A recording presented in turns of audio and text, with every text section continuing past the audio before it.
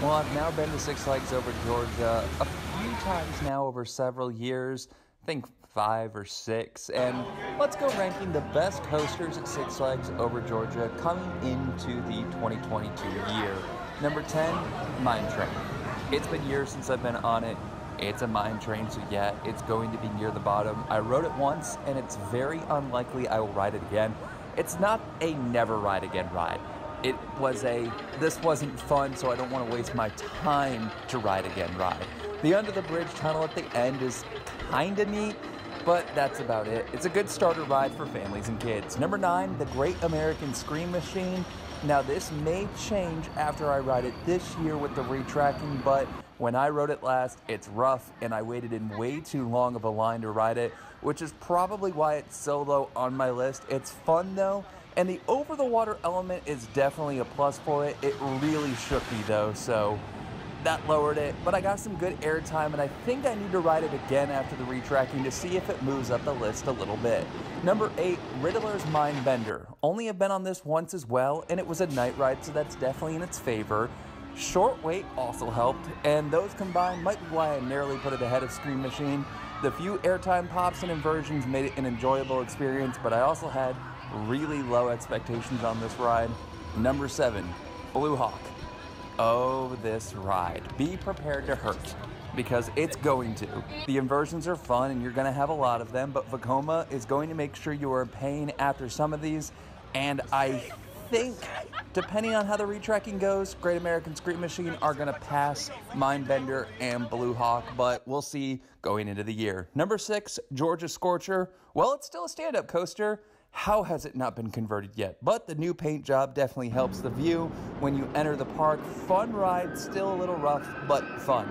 Number 5, Superman's Ultimate Flight. This is too low for this ride, I freely admit it, because it's a very solid ride. I have it at 5 because for me personally, I can't do flying coasters the way this one's designed without being in a ton of back pain because of my height. It bends me in a very painful position when it goes into the flying position, and the ride isn't going to go through the track. So at the start, the lift hill and the brake run is painful for me. So it's a good fun ride, but for me, at almost 6'5", it's not set up for me, but it will likely be higher for you if you go ride it at the park. Number 4, Daredevil Dive. Another ride that isn't tall guy friendly as it eats my legs, but when I'm in the front row, not much of an issue. The first drop is the best part of the ride, beyond vertical, but be prepared to wait forever in this line, even if the line doesn't look long, because rider capacity has a lot to be desired. Fun inversions and bank tails are pretty good. Good pacing.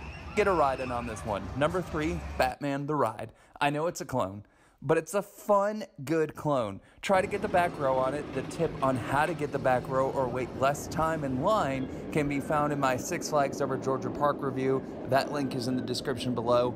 And no, it's not just get in row 8 like any other ride, because it's blocked off by this fan. First ride you will usually see up close after you get out of your car after parking, not when you're coming into the park, and it's a good tone setter.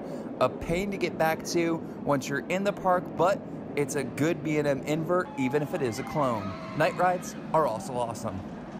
Number 2, Goliath, my most ridden ride at Six Flags Over Georgia. A fantastic B&M hyper, great tone setter for the park as it goes out to the parking lot and people have to drive under it when they get into the park. Plenty of floater airtime, especially in the back, and some good speed.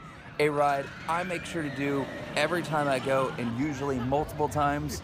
And number 1, my top spot should be no surprise given my love of RMC, Twisted Cyclone. Only have been able to do this once due to numerous issues, including it being down seemingly whenever I go. That video link can be found in the description below. The line is usually insane, but it is a great ride and well worth the wait. Want to ride it a bunch of times this coming year and get it on a night ride. My only ride was back row, and it was awesome. Full ride review can also be found in the description below. Can't wait to get more rides in, and the ejector airtime is phenomenal.